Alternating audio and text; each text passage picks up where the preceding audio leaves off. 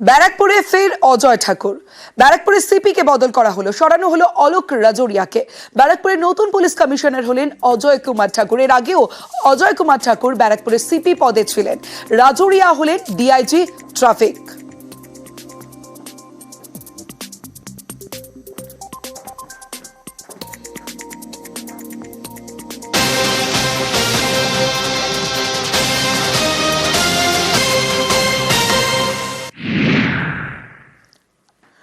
CBI এর জলে সেনাকর্মী, আধা সেনায় চাকরির টোপে প্রতারণার অভিযোগ।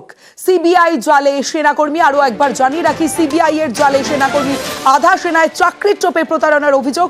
আমার সঙ্গে আমার প্রতিনিধি অমিত রয়েছে, অমিতের সঙ্গে অবশ্যই কথা বলবো। প্রতারণা মামলায় গ্রেফতার সিপাহী পদের জওয়ান, আরো একবার আপনাদের জানিয়ে রাখি, সিবিআই এর জালে সেনাকর্মী। সরাসরি চলে যাব, অমিত সরকার রয়েছে আমার সঙ্গে। অমিত, কিভাবে এই প্রতারণা চলতো আর কিভাবে সামনে এলো?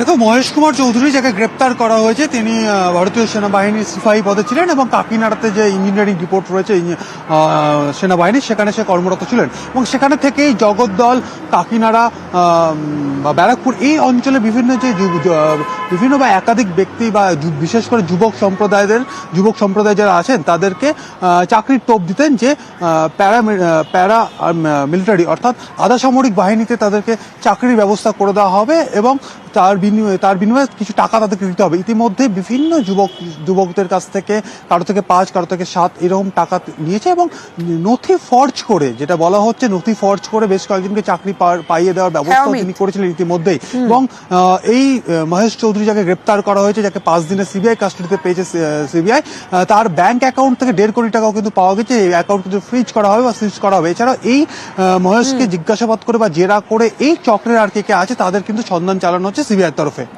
বেশ অমিত।